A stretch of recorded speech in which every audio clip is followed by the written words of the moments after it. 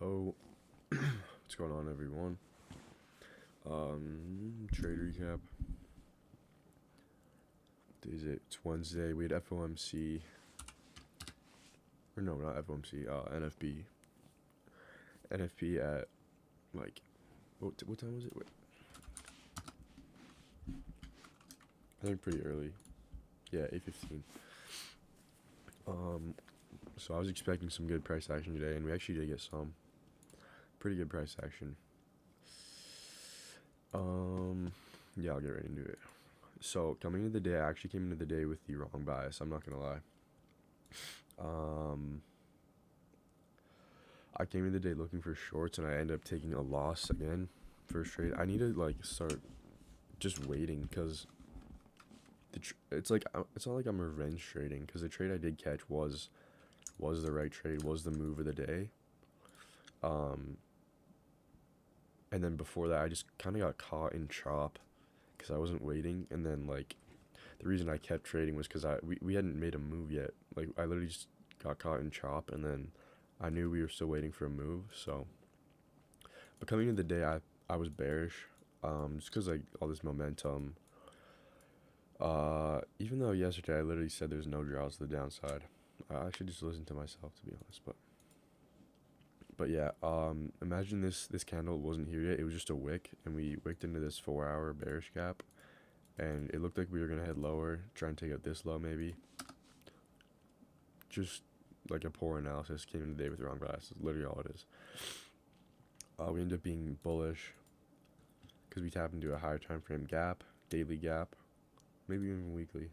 Yeah, we tapped into a weekly gap, and we are seeing, or price wanted to either see a retrace or a reversal back to all-time highs. So yeah, originally. Oh yeah. Anyway, I forget what I was saying. Oh yeah. So originally, I tried to short to London lows. I kind of got faked out by this leg here. Because what happened was we had all this accumulation, and we ended up sweeping that pre-market right here. So we got a nice sweep, and then we got a nice V-shaped recovery, and we got a 15-minute inversion, and I was pretty much ready to enter off this 15-minute inversion. I should have scaled down and waited for this 5-minute to get inverse because we ended up just tapping into that perfectly and going up. That's what I used to take longs. After I took the loss because I understood, or I reevaluated. So what my entry was, we had this big wick that tapped into, this 3-minute gap, and we rejected it. This wick right here, and then we started coming down. It's this wick, and then we got a 30-second inversion, and this was my entry. I just thought it looked really bearish. We had a 30-second inversion here, and I was targeting. What was I targeting? Well, I was targeting London lows as my final TP, but and yeah, I don't know. We just ended up tapping into this perfectly, and then getting stopped out. I didn't even go break even. I should have gone break even. That's kind of stupid, but yeah. And then like I said, I reevaluated. Took a look at this. Perfectly tapped into this 5-minute gap and swept this resting liquidity. And then we got the highest time frame inversion, so we didn't have a 3-minute, 2-minute, 1-minute. I didn't enter off this 1-minute because in my head I still was kind of looking for shorts. I was like, okay, let's see if we can get shorts here. We didn't. And then and then I saw we tapped into this perfectly. And then I bought off this inversion here. So we had another gap from right here. And then I bought off this inversion. Stops were above this low. I could have put them at this low probably. And then I took off most of my position here. I bought with 15 micros. And I took off 10 here. I think like 1-to-1. Yeah, pretty much 1-to-1. And then I had runners going to all these swing highs. And I took off partials almost the whole way.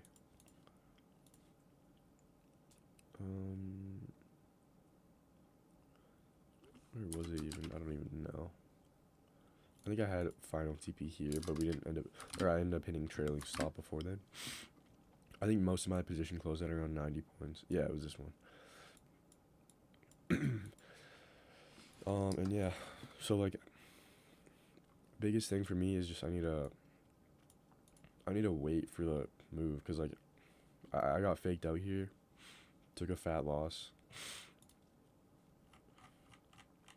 ended up still 600 on the day, which is lucky. Like, it says 9 trades, but I took partials as well. I took 2 setups. Maybe 3. Yeah, I think I took 2, or I took 1 loss. Oh yeah, that's what happened. Doesn't matter. This one got break even, and then I took a loss again, trying to short the same thing. But like, yeah, it doesn't really matter. I just need to wait for the actual move.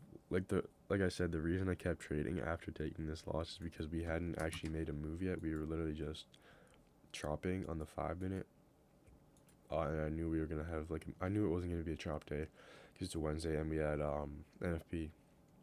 So I was waiting for like some sort of move, and I just came into the day with the wrong bias, but was able to react, I guess, and still capitalize. I just wish if I didn't take that loss, I would have made way more.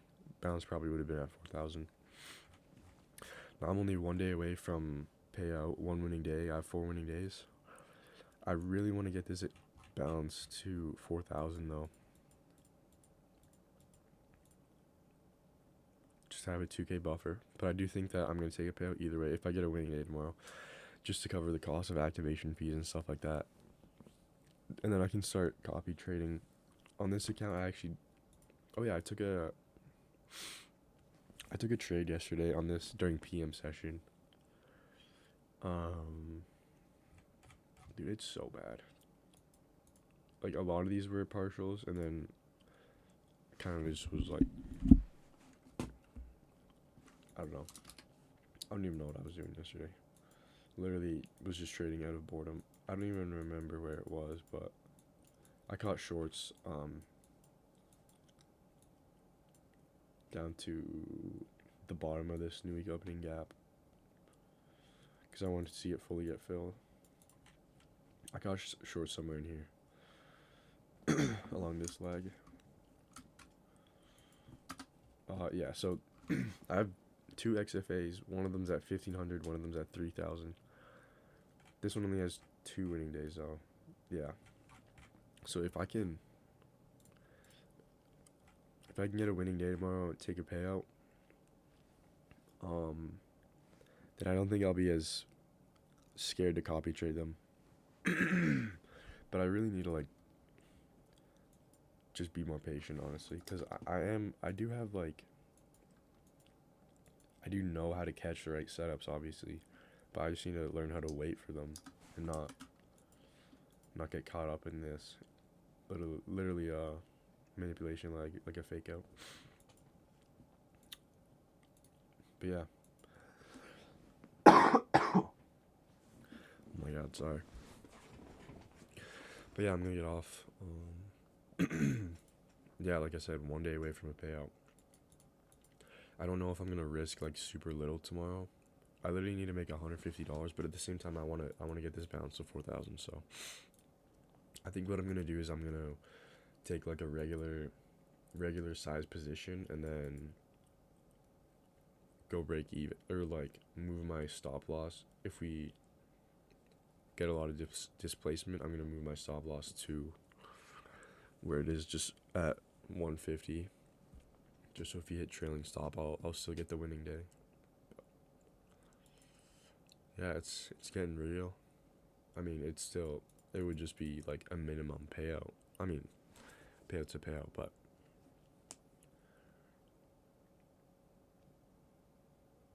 yeah, it would still feel nice to get that, for sure.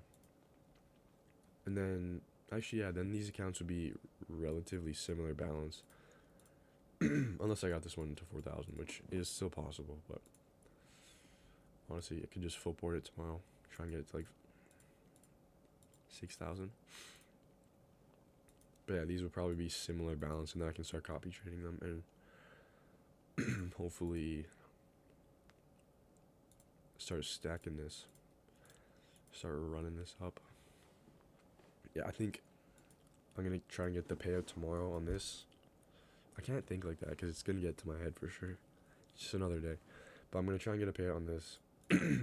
Then start copy trading these, try and get a payout on both, and then I'm gonna start trying to scale to max allo. Yeah.